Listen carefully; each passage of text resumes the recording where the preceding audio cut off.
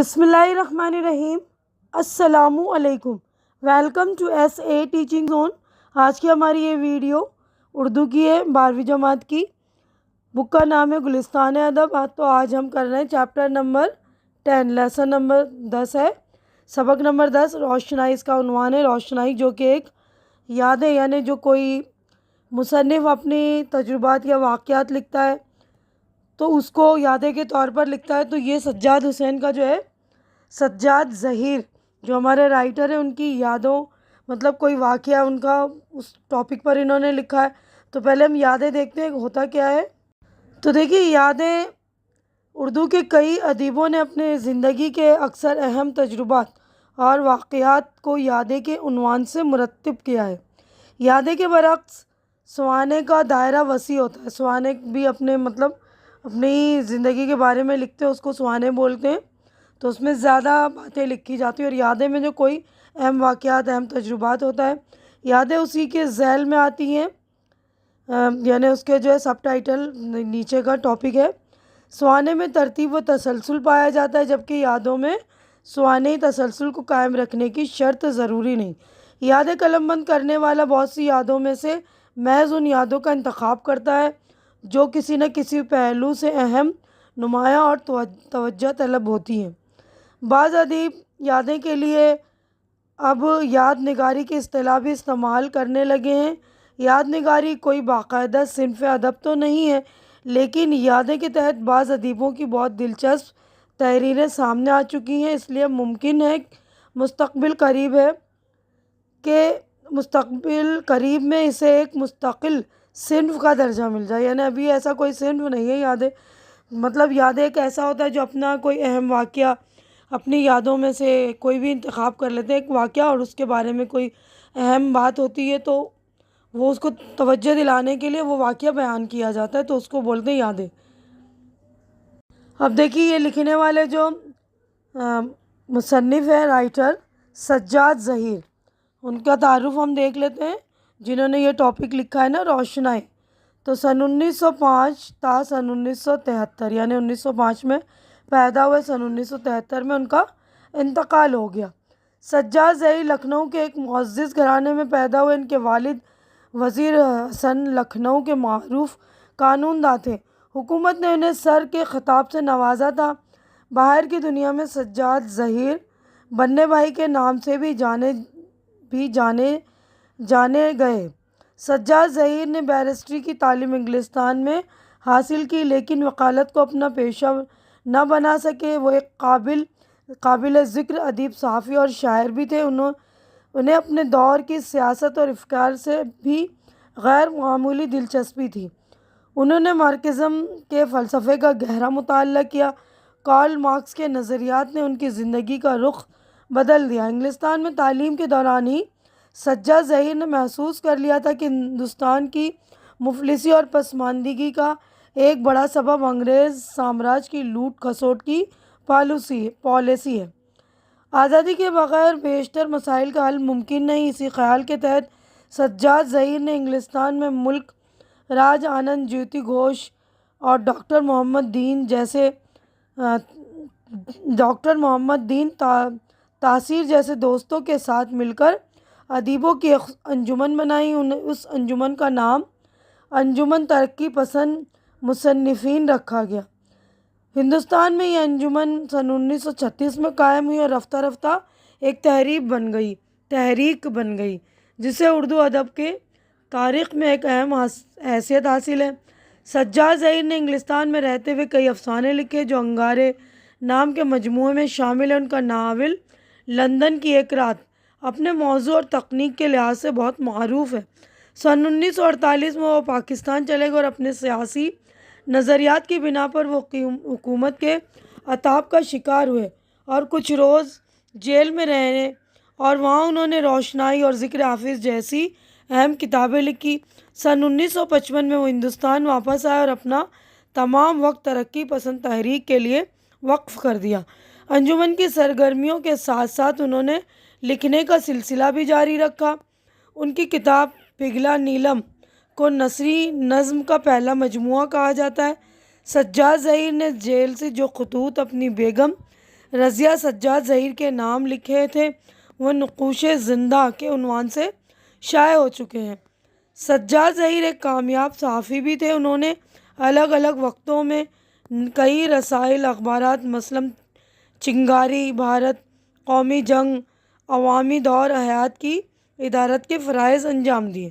تو ان کا تعارف ہو گیا مکمل۔ اب ہم سبق کی طرف بڑھتے ہیں آگے۔ تو دیکھیے یہ والا ٹاپک جو روشنائی سجاد ظہیر کے لکھی ہوئی جو اپنے یادیں یعنی اپنی زندگی کسی واقعے کے اوپر منحصر ہے یہ، تو اس کو میں پورا ریڈنگ نہیں کروں گی لیسن کی، اس کو شارٹ کٹ میں آپ کو اس کا واقعہ بتا دوں گی کہ یہ مضمون سجاد ظہیر کی کتاب روشنائی سے لیا گیا ہے۔ اس حصے میں سجاد ظہیر نے سن 1937 کے پنجاب کمیٹی کے سالانہ اجلاس امرتسر کا ذکر کیا، جس میں انہیں اور ڈاکٹر اشرف کو صوبہ متحدہ کی کسان سبھا میں شرکت کے لیے مدعو کیا گیا تھا، یعنی دعوت دی گئی تھی، ان کو بلایا گیا تھا۔ وہ لکھتے ہیں کہ ہم دونوں ہی یہ چاہتے تھے کہ پنجاب کے جری اور آزادی خواہ کسانوں کو ایک جگہ جمع دے کے ان کے اتحاد، طاقت اور انقلابی جذبے کا ذاتی تجربہ کریں اور اس طرح اپنے انقلابی شعور کو وسعت دیں۔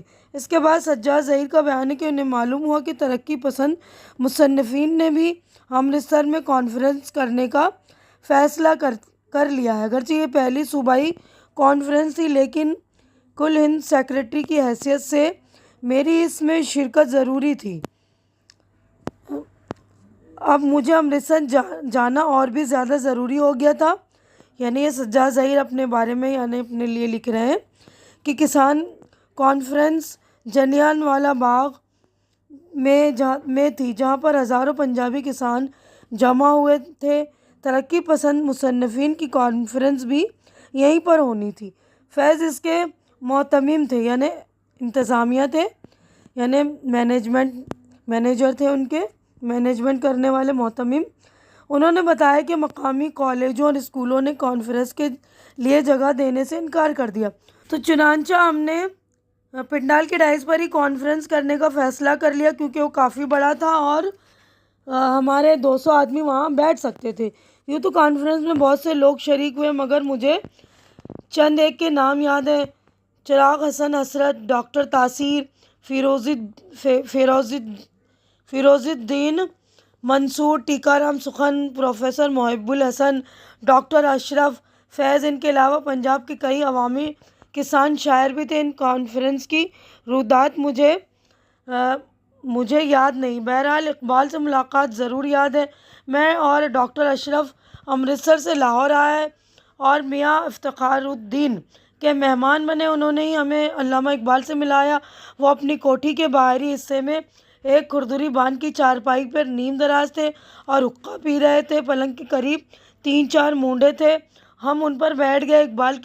اقبال جن کی نظمیں ہم نے بچپن سے پڑھی تھی، وہ ہمارے ساتھ بڑے التفات سے پیش آئے۔ ان سے سوشلزم کے بارے میں بات چیت ہوئی۔ میں نے ان سے کہا نوجوان ترقی پسند ادیبوں کا گروہ اس نئے نظریے سے کافی متاثر ہے۔ انہوں نے ہماری باتیں توجہ اور دلچسپی سے سنی، بلکہ اندازہ ہوا کہ یہ باتیں انہیں ناگوار نہ گزری۔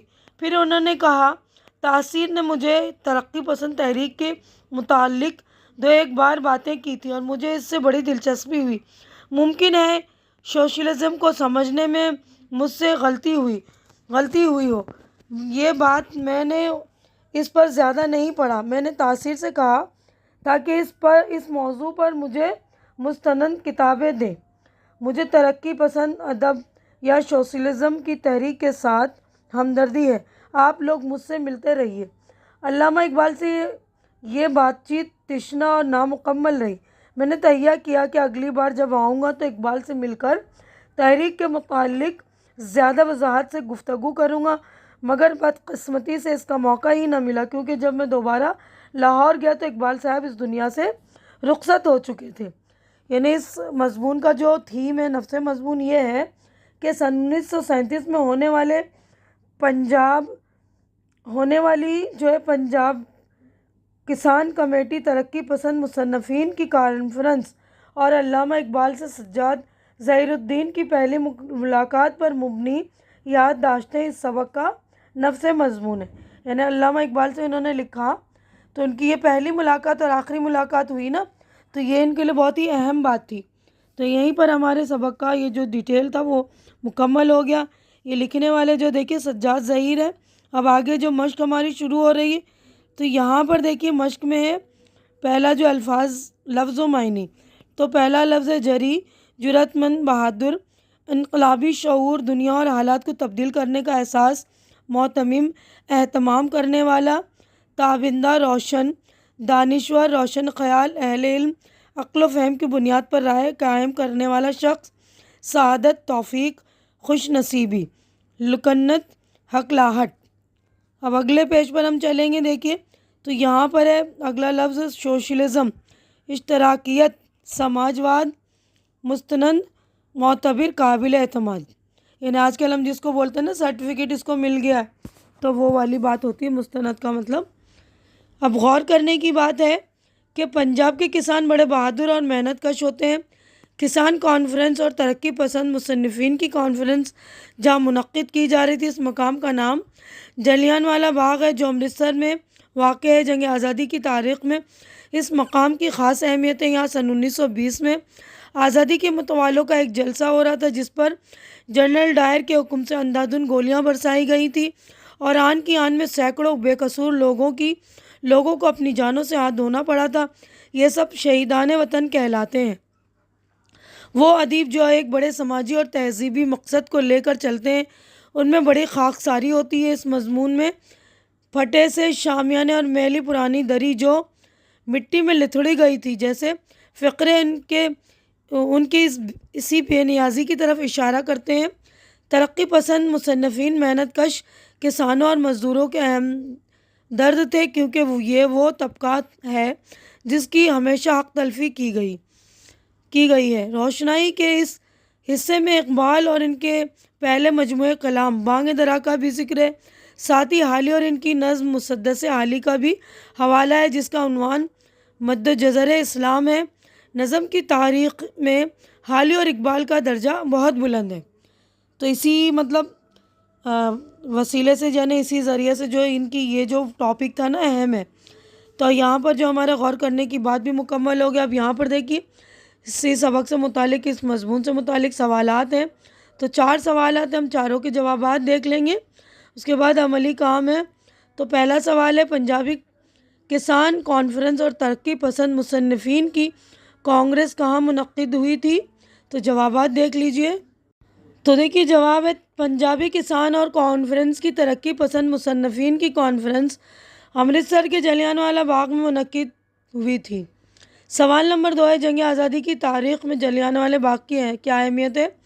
جنگ آزادی کی تاریخ میں جلیان والا باغ کی اہمیت ہے کہ اسی باغ کے ایک جلسے میں جنرل ڈائر کے حکم سے بے شمار محب وطن ہندوستانیوں کو گولیوں سے بھون دیا گیا تھا، جس نے جنگ آزادی کی آگ کے شعلوں کو اور زیادہ بھڑکا دیا تھا۔ سوال نمبر 3 ہے سجاد ظہیر نے علامہ اقبال کو کن خاص باتوں کی طرف توجہ دلانے کی کوشش کی تھی؟ سجاد ظہیر نے ترقی پسند تحریک اور سوشلزم کی طرف علامہ اقبال کی توجہ دلائی۔ سوال نمبر 4 ہے علامہ اقبال نے سجاد ظہیر کی باتوں کا کیا جواب دیا؟ تو علامہ اقبال نے جواب دیا کہ ممکن ہے سوشلزم کو سمجھنے میں مجھ سے غلطی ہوئی ہو۔ بات یہ ہے کہ میں نے اس کے متعلق کافی پڑھا بھی نہیں ہے۔ میرا نقطۂ نظر آپ جانتے ہیں۔ ظاہر ہے کہ مجھے ترقی پسند ادب اور سوشلزم کے تحریک کے ساتھ ہمدردی ہے۔ آپ لوگ مجھ سے ملتے رہیے۔ آگے بڑھتے ہیں، دیکھیے یہ اگلا ہے آپ لوگ مجھ سے ملتے رہیے۔ اب عملی کام ہے اسی سبق کا۔ تو سوال ہے کانفرنس میں شامل شاعروں اور ادیبوں کے ناموں کی فہرست بتائیے۔ تو جو کانفرنس میں شامل ہوئے تھے نا ان شاعروں کے نام فیض احمد فیض، ڈاکٹر اشرف، ڈاکٹر محمد دین تاثیر، چراغ حسن حسرت، فیروز